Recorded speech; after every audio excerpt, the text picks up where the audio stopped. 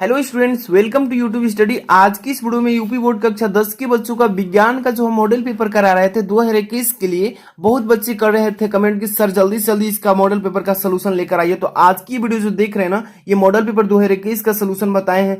अगर इससे आप तैयार कर लेते हैं 70 में 60 नंबर पक्का हो गया, क्योंकि काफी इंपॉर्टेंट है। पिछले साल भी बहुत बच्चे कह रहे थे कि 70 में 60 नंबर का केवल मॉडल पेपर से फंसा है। देख लीजिए, खंड क का मैं बता दिया हूँ, इसका वीडियो मैं ऑलरेडी बना दिया हूँ। अगर इससे आप नहीं देखें यहाँ पर आई बटन पर क्लिक कर जल्दी से देख लीजिए। और आज की इस वीडियो में खंड ख से स्टार्ट करेंगे, जो कि केमिस्ट्री पोर्शन से पूरा क्वेश्चन लिया गया है, पूरा सोल्यूशन बताएंगे। ये वीडियो काफी इंपॉर्टेंट है। देखिए, आपका एग्जाम 8 मई से होने वाला था, तो एग्जाम पोस्टपोन कर दिया गया, यानी कि 20 मई तक आपका कोई अभी डिसीजन नहीं है। आप तैयारी में लगे रहिए। देखिए, कि बच्चों को तैयारी जारी रखनी चाहिए, जिससे कि उनकी शिक्षण में पठन पाठन में कोई व्यवधान न पड़ सके। तो इसलिए आज की वीडियो में बहुत बच्चे कमेंट कर रहे थे कि सर केमिस्ट्री का जो पोर्शन यानी खंड ख है इस मॉडल पेपर का, जल्दी से जल्दी लाइए। बहुत बच्चे कमेंट किए हैं। तो चलिए आज की इस वीडियो को बिना देरी के स्टार्ट करते हैं। और इस वीडियो को लाइक कर देना, शेयर कर देना अपने फ्रेंड्स में, और चैनल पर नए हैं तो सब्सक्राइब करके बेल आइकन हिट कर लेना, ताकि आपको डेली इंपॉर्टेंट क्वेश्चन मिल सके। तो देख सकते हैं खंड ख में इसमें क्या लिखा है। पहला क्वेश्चन 5 नंबर से स्टार्ट होगा इसमें, जो कि लिखा है कि 10 की पावर -6 मोल HCl विलियन का पीएच मान बताइए। पीएच मान बताना है, बहुत ही इजी क्वेश्चन है और काफी इंपॉर्टेंट भी है। तो इसमें देखिए 10 की पावर -6 है और मोल HCl का विलियन का पीएच मान पूछा है। इसका पीएच मान निकालना है ना, तो ये फॉर्मूला आपको याद होना चाहिए। जैसे कि यहाँ पर 10 की पावर -6 मोल HCl है ना, तो यहाँ पर क्या करेंगे 6 log 10। अब यही ना निकालना है इसका। तो यहाँ पर आप जानते हैं कि log 10 का मान कितना होता है, log 10 इक्वल टू 1 होता है। ठीक है, ये याद रखिए। तो log 10 बराबर 1 होगा, तो 6 log 10 है ना, तो यहाँ पर 6 और log 1 का मान कितना रखेंगे 1, तो यानी कि 6 का में 6, यानी कि इसका आंसर क्या होगा इसमें से +6, यानी कि बी नंबर जो ऑप्शन है सही होगा। देखिए कॉपी में कैसे लिखेंगे। तो देख सकते हैं इसमें खंड ख कर रहे हैं, यानी कि खंड ख यहाँ पर लिख देंगे। अब प्रश्न उत्तर संख्या 5 नंबर कर रहे हैं तो 5 नंबर, और यहाँ पर 5 का क कर रहे हैं तो 5 का क करने पर कितना आंसर आया है, तो 5 का क कर रहे थे। तो यहाँ पर ऑप्शन नंबर कौन सही है, तो देख सकते हैं बी नंबर। यहाँ पर बी लिख देंगे ऐसे, और बी लिखने के बाद 6 आंसर आया तो 6 ऐसे लिख देंगे। ठीक है, लेकिन बराबर नहीं देना है, बराबर मैं दे दिया, यहाँ पर बराबर नहीं देना है, ऐसे लिखना है। चलते हैं नेक्स्ट क्वेश्चन नंबर। लिखा है कि कार्बनिक यौगिकों का मुख्य स्रोत है। इसमें से कौन सा स्रोत है जो कि कार्बनिक यौगिकों का है, तो कोल तार, पेट्रोलियम, कोल तार तथा पेट्रोलियम, उपयुक्त में से कोई नहीं। तो आप कमेंट बॉक्स में बताइए कि क्या है इसका। तो इसका मैं राइट आंसर बता दूं, देखिए सी नंबर, यानी कोल तार तथा पेट्रोलियम। ठीक है ना, ये हो जाएगा इसका आंसर। कार्बनिक यौगिकों का मुख्य स्रोत कोल तार एक है तथा एक पेट्रोलियम है। नेक्स्ट क्वेश्चन देखते हैं इसमें। अम्लगम होते हैं, अम्लगम क्या होते हैं, उपधातु होते हैं कि मिश्र धातु के यौगिक होते हैं कि विषमांगी मिश्रण होते हैं। तो इसका राइट आंसर कमेंट बॉक्स में आप भी बताइए। चलिए इसका मैं राइट आंसर बताता हूँ कि अम्लगम होते हैं, ये क्या होते हैं, मिश्र धातु होते हैं, यानी कि बी नंबर जो ऑप्शन दिख रहा है ये सही हो जाएगा। ठीक है, अगला क्वेश्चन देखते हैं इसमें क्या लिखा है। क्वेश्चन नंबर 6 में ध्यान से देखते रहिए क्वेश्चन को अच्छे से। क नंबर लिखा है कि निम्न अभिक्रिया के लिए संतुलित रासायनिक समीकरण लिखिए तथा अभिक्रिया का प्रकार भी बताइए। ठीक है, यहाँ पर देखिए एक अभिक्रिया दिया है, इसका संतुलित अभिक्रिया करना है। लिखा है कि थर्मिट अभिक्रिया में आयरन, यहाँ पर देखिए आयरन 3 ऑक्साइड एल्यूमिनियम से अभिक्रिया करके गलित आयरन तथा एल्यूमिनियम ऑक्साइड निर्मित करते हैं। बहुत ही सिंपल क्वेश्चन है, अच्छे से समझेंगे तो कुछ नहीं है इसमें। थर्मिट अभिक्रिया में आयरन 3 Fe3 और ऑक्साइड एल्यूमिनियम से अभिक्रिया करा रहा है, इतने से अभिक्रिया करा कर गलित हो रहा है, तो क्या प्राप्त हो रहा है, आयरन तथा एल्यूमिनियम ऑक्साइड निर्मित कर रहा है, बना रहा है। तो चलिए देखिए इसका कैसे रासायनिक समीकरण देंगे। तो देखिए इसमें थर्मिट अभिक्रिया में कह रहा है आयरन मतलब यहाँ पर आयरन 3 ऑक्साइड, यहाँ पर देखिए आयरन को लिख देंगे Fe2। अब देखिए इसके बाद क्या कह रहा है, इसमें 3 ऑक्साइड एल्यूमिनियम से, 3 ऑक्साइड मतलब कह रहा है कि O3 लिखेंगे, O3, और यहाँ पर देखिए प्लस एल्यूमिनियम से कह रहा है, प्लस कर देंगे एल्यूमिनियम से। तो एल्यूमिनियम के लिए यहाँ पर क्या लिखेंगे 2Al, यहाँ पर लिखेंगे हम डायरेक्ट समीकरण को संतुलित भी करेंगे, अभिक्रिया कराएंगे। यहाँ पर अभिक्रिया रिएक्शन करा रहे हैं, तो देखिए क्या बन रहा है। पहले तो यहाँ पर Fi बनेगा, Fi, और यहाँ पर 2 से मल्टीप्लाई कर देंगे, 2Fi हो जाएगा, और प्लस Al, ये देख रहे हैं ना Al, तो यहाँ पर Al लिखेंगे और तब 2 लिखेंगे। 2 इसमें है ना, दोनों तरफ इक्वेशन बराबर करेंगे, Al2 कर देंगे। अब यहाँ पर देखिए इंटू O3 ऑक्सीजन कितने अणु है, 3 है इधर, तो यहाँ पर 3 रहेगा और इंटू ये हो गया आपका रिएक्शन संतुलित। कह रहा है इसमें कि थर्मिट अभिक्रिया में आयरन जो हमारा Fe2 और 3 ऑक्साइड एल्यूमिनियम से, तो O3 प्लस एल्यूमिनियम जो है इसमें 2Al है, तो यहाँ पर अभिक्रिया करा रहे हैं इसमें, तो गलित होने के बाद बन रहा है क्या, आयरन तथा एल्यूमिनियम ऑक्साइड। आयरन बन रहा है यानी कि 2Fe, इधर दो कितने Fe के अणु कितने 2 है, तो इधर 2 से मल्टीप्लाई करना पड़ेगा समीकरण को संतुलित करने के लिए। अब प्लस यहाँ पर देखिए एल्यूमिनियम कितना है, तो Al एल्यूमिनियम इधर 2 है, तो 2 से इधर भी गुणा करेंगे। ऑक्साइड, तो ऑक्साइड इधर 3 है, तो इधर भी वो हो जाएगा। ठीक है, ये हो गया, इतना कह रहा था। अगला क्वेश्चन देखिए इसमें 6 नंबर का ख नंबर क्या लिखा है कि अम्ल तथा भस्म की आधुनिक अवधारणा दीजिए। एक प्रबल अम्ल का नाम बताइए तथा एक दुर्बल अम्ल का, मतलब भस्म का। एक प्रबल अम्ल का नाम बताना है, एक दुर्बल भस्म का नाम बता देना है। सबसे पहले तो अम्ल का परिभाषा बताइए तथा दूसरा में भस्म का। तो चलिए इसका देखते हैं। तो देखिए यहाँ पर प्रश्नोत्तर संख्या 6 का ख कर रहे हैं, यही ना। तो सबसे पहले अम्ल यहाँ पर हेडिंग लगे और अम्ल का परिभाषा लिख देंगे कि वे पदार्थ जो जलीय विलयन में हाइड्रोजन आयन देते हैं, यानी कि OH प्लस, OH क्या देते हैं, OH प्लस यानी कि हाइड्रोजन आयन देते हैं, यानी कि अम्ल कहलाते हैं। बहुत ही सिंपल इसका परिभाषा है कि वे पदार्थ जो जलीय विलयन, जब जल का विलयन कराया जाता है तो जलीय विलयन में क्या देते हैं, हाइड्रोजन आयन देते हैं। हाइड्रोजन आयन देंगे यानी कि धन आयन देंगे तो ये जल क्या कहलाएगा, अम्ल कहलाएगा। और कह रहा था इसमें कि एक प्रबल अम्ल का नाम बताइए, तो प्रबल अम्ल कौन सा हो जाएगा, एक नाइट्रिक अम्ल हो जाएगा। एक ही पूछा है यहाँ पर नाइट्रिक अम्ल। इसका नाइट्रिक अम्ल का रासायनिक सूत्र क्या होता है, नाम SNO3 ये हो गया। अब पूछा था इसमें कि भस्म क्या है, भस्म का परिभाषा बताइए, तो भस्म ये हो गया। देखिए भस्म का पूछा है ना, तो भस्म यहाँ पर देख सकते हैं कहाँ गया, ये भस्म की आधुनिक अवधारणा। तो यहाँ पर भस्म देखिए, वे यौगिक जो जलीय विलयन में, ध्यान दीजिए, वे यौगिक जो जलीय विलयन में हाइड्रोजन, यहाँ पर देखिए हाइड्रॉक्सिल आयन देते हैं, हाइड्रॉक्सिल आयन, वे यौगिक जो जलीय विलयन में हाइड्रॉक्सिल आयन देते हैं, यानी कि OH यहाँ पर माइनस देते हैं, तो यहाँ पर हाइड्रॉक्सिल आयन के अतिरिक्त और कोई ऋणायन नहीं देते, ये कहलाते हैं भस्म। ठीक है, इसी को क्षार भी बोला जाता है। तो ये हो गया भस्म। अब इसका एक दुर्बल भस्म का नाम पूछा था, दुर्बल मतलब कमजोर भस्म का नाम NH4OH हो जाएगा। NH4OH का मतलब अमोनिया हाइड्रोक्साइड, ये हो गया NH4OH, हिंदी में इसका अमोनिया हाइड्रोक्साइड। ठीक है, तो इतना ही आपको लिखना होता है, जो कि इस पर 2 नंबर आपका मिल जाएगा। अगला क्वेश्चन यहाँ पर ध्यान दीजिएगा, ख हो गया ग पर, साबुन क्या है, इसको बनाने की रासायनिक अभिक्रिया। ये थोड़ा इंपॉर्टेंट है, बोर्ड एग्जाम में पूछेगा कि साबुन का परिभाषा बता दीजिए और इसको बनाने की रासायनिक अभिक्रिया बताइए। बहुत इजी है, चलिए समझते हैं। अब यहाँ देखिए प्रश्नोत्तर संख्या 6 का ग कर रहे हैं, यानी 6 नंबर का ग। साबुन का पहले परिभाषा देखेंगे कि साबुन क्या होता है। साबुन उच्च वसीय अम्लों के क्षारीय, यानी कि इसको बोलेंगे सोडियम या पोटेशियम, दो चीज, यहाँ पर सोडियम होगा या पोटेशियम। ध्यान से देखिए कि साबुन उच्च वसीय अम्लों के क्षारीय लवण होते हैं, जिसे हम बोलते हैं साबुन बोलते हैं। बहुत ही इजी क्वेश्चन है। और साबुन का एक सूत्र होता है रासायनिक C17H35COONA, ये होता है रासायनिक नाम इसका। ठीक है, सूत्र। अब देखिए साबुन का परिभाषा बहुत इजी है कि साबुन उच्च वसीय अम्लों के क्षारीय लवण होते हैं, जिसे हम साबुन कहते हैं। अब क्षारीय लवण कौन कौन से हो सकते हैं, तो सोडियम, पोटेशियम। अब एक प्रमुख साबुन का सोडियम स्टीरेट होता है, जिसको बोलते हैं, इसका साबुन का सूत्र C17H35COONA, ये होता है, याद रखिए। अब इसका पूछा था कि कह रहा है कि इसमें कि इसको बनाने की रासायनिक अभिक्रिया भी बताइए। तो चलिए देखते हैं। देखिए साबुन बनाने के लिए 2 अभिक्रिया की आवश्यकता होती है। एक तो होती है वसा की, कोई भी वसा हो सकता है, और एक सोडियम हाइड्रोक्साइड की। ठीक है, तो देखिए इसमें कैसे साबुन की अभिक्रिया होता है। तो एक तो पहले मैंने बता दिया कि वसा की जरूरत पड़ेगी, और साथ में प्लस किसकी, तो सोडियम हाइड्रोक्साइड।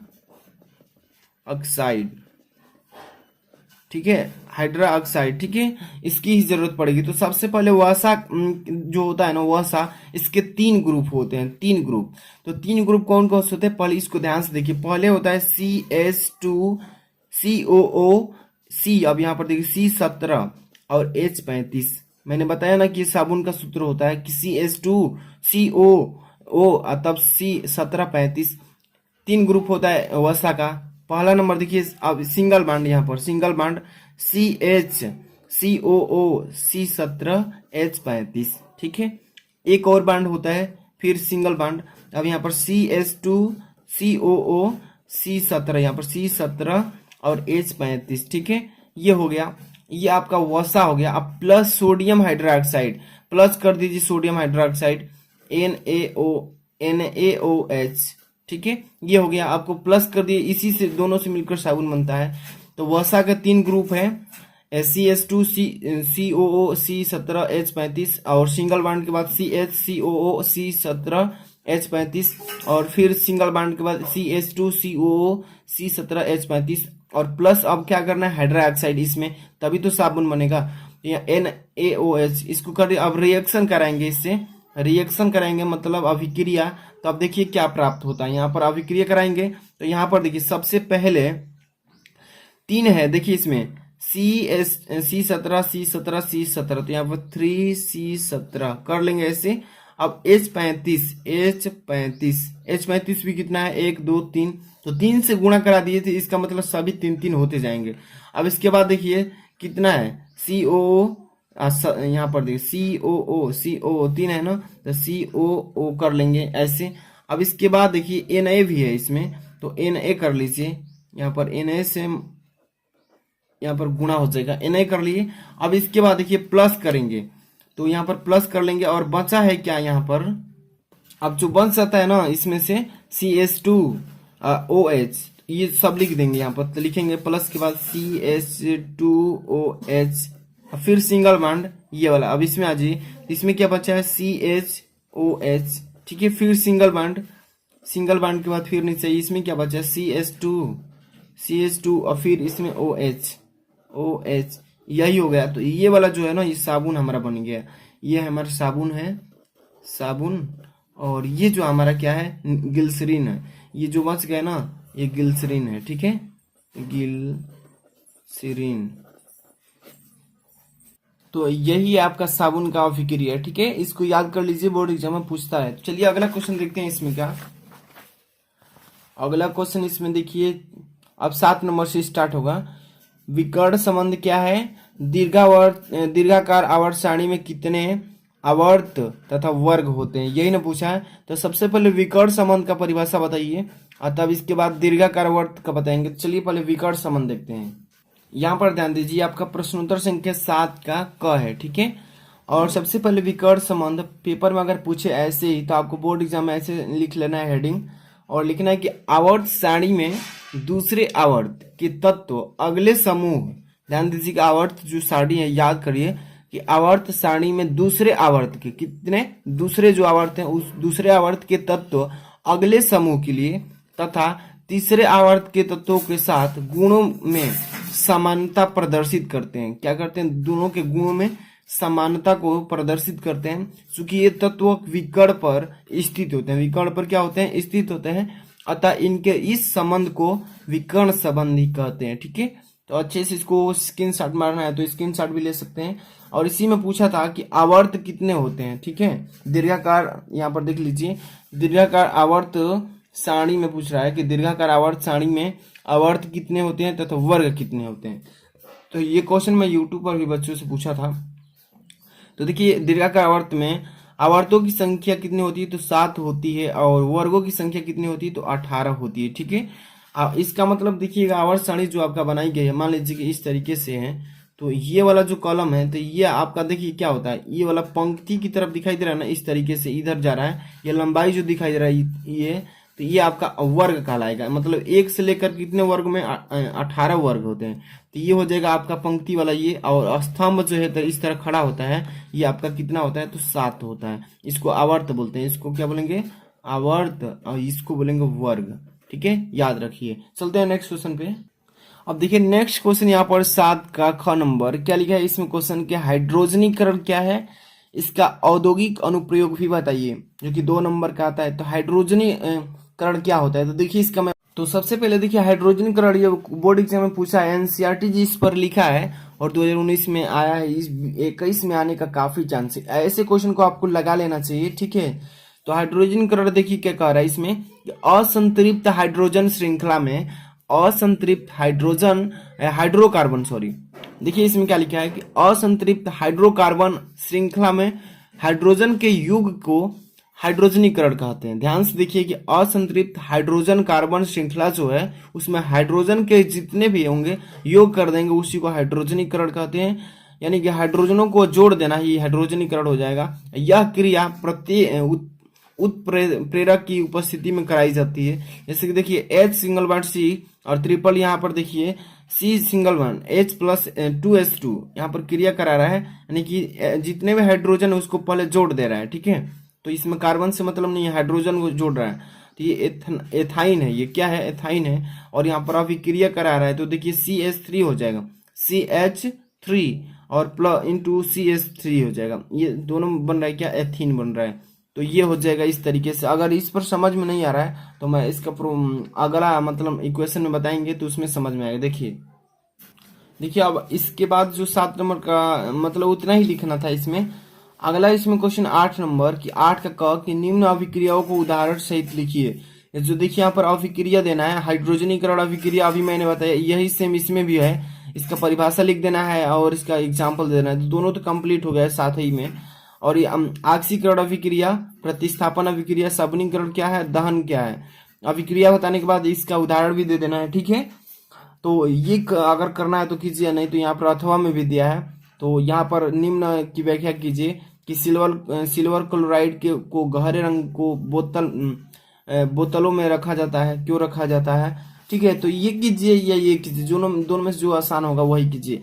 तो ये वाला जो मैं हाइड्रोजनीकरण वाला बताया सेम यही क्वेश्चन इसमें भी है। इसका परिभाषा लिखकर एग्जाम्पल दे देना। तो मैंने अभी तुरंत बताया। अब देखिए ऑक्सीकरण अभिक्रिया क्या है, इसको मैं बता रहा हूँ 8 का B नंबर, ठीक है।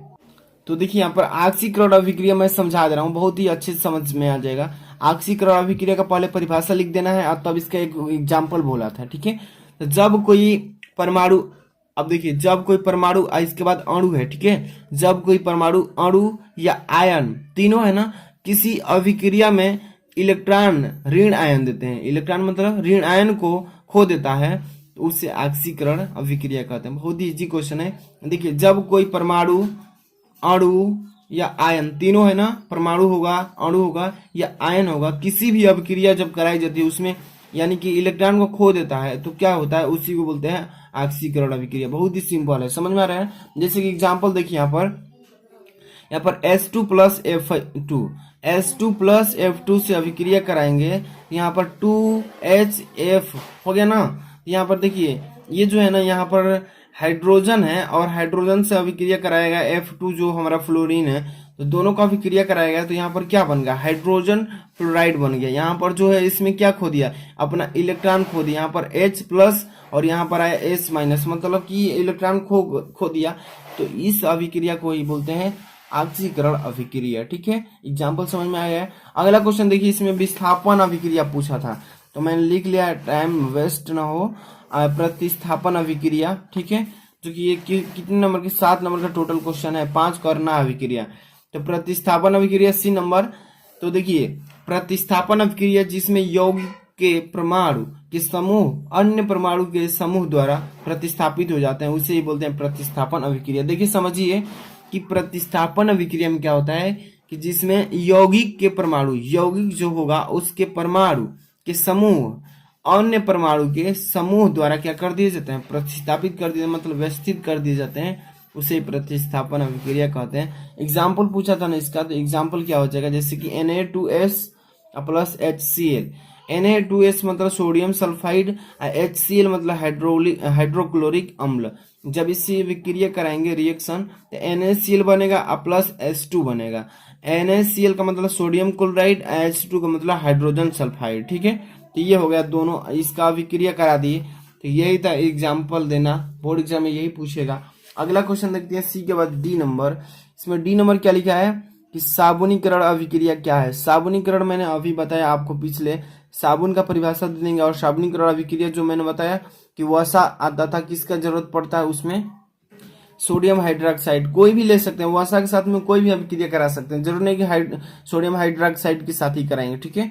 तो उसका तो मैंने अभी बताया, साबुनीकरण वाला सेम वही है एकदम। दहन अभिक्रिया, देखिए दहन अभिक्रिया क्या होती है। देखिए साबुनीकरण जो है डी नंबर ना, साबुनीकरण का परिभाषा कुछ अलग है। जैसे कि साबुनीकरण अभिक्रिया किसे कहते हैं, तो क्षार द्वारा चर्बी के डीकम्पोजिशन को साबुनीकरण कहते हैं। डीकम्पोजिशन का मतलब जानते हैं, कोई पदार्थ है उसको सरलता रूप में डिवाइड कर दे, बांट दे, डिपोजिशन कर दे, उसको अणु छोटे छोटे टुकड़ों में कर दे, क्षार द्वारा चर्बी के डीकम्पोजिशन को साबुनीकरण कहते हैं। और इसका एग्जाम्पल मैंने बताया है कि वसा का हाइड्रोक्लोरिक अम्ल के साथ जब क्रिया कराएंगे तो उसका रासायनिक समीकरण मैंने दे ही दिया है, 2-3 जगह आ रहा है इसका बार बार। अगला क्वेश्चन दहन वाला था, तो दहन देखिए यहाँ पर, तो दहन का परिभाषा पहले लिखेंगे दहन अभिक्रिया का, कि जलने वाले पदार्थ के वायु या ऑक्सीकरण द्वारा जल जाने की क्रिया को दहन क्रिया अभिक्रिया कहते हैं। देखिए किसी जलने वाले पदार्थ, कोई जलने वाला पदार्थ है, मान लीजिए कि आपका कोयला है, कोई जलने वाला पदार्थ है, जलने वाले पदार्थ के वायु के साथ कराइए या ऑक्सीकरण के साथ, ऑक्सीकारक वायु के साथ कराइए या ऑक्सीकरण के साथ द्वारा जलाने की क्रिया जो होती है उसी को दहन कहते हैं, ठीक है। अब देखिए इसके एग्जाम्पल, जैसे कि रासायनिक यौगिक होगा एक, कोई रासायनिक यौगिक कोयला मान लेते हैं तथा ऑक्सीजन मान लेते हैं, तब इसको जब जलाएंगे तो दहन होगा, यानी कि CO2 बनेगा, कार्बन डाइऑक्साइड। तो देखिए यहाँ पर, इसके मैंने एक मीथेन ले लिया, CH4 प्लस ऑक्सीजन ले लिया O2, दोनों को जोड़कर जब क्रिया करा रहे हैं तो यहाँ पर रिएक्शन के बाद क्या हो रहा है, CO2 प्राप्त होगा, कार्बन डाइऑक्साइड प्लस H2 यानी कि जल प्राप्त होगा। यही हो जाएगा आपका दहन अभिक्रिया का रासायनिक अभिक्रिया, ठीक है। तो इस वीडियो में बस इतना ही करना था, ठीक है। अब देखिए अथवा वाला क्वेश्चन कीजिए, जो आपको आसान लगे वही कीजिए, अगर अभिक्रिया आसान लग रही तो ये कीजिए। तो आज की इस वीडियो में बस इतना ही बताया, इसका अगर जरूरत पड़े तो जरूर बताइए कमेंट करके, इसका मैं अलग से वीडियो प्रोवाइड कर दूंगा। इसके बाद जो आपका है बायो का, यहाँ पर देख लीजिए खंड ग, तो खंड ग का आप कमेंट करते हैं तो जल्दी से आज ही इसका वीडियो प्रोवाइड कर देते हैं फिगर के साथ बना करके। तो इस वीडियो को ज्यादा से ज्यादा शेयर कीजिए, लाइक नहीं किया तो करके चैनल को सब्सक्राइब करके बेल आइकन हिट कर लीजिए।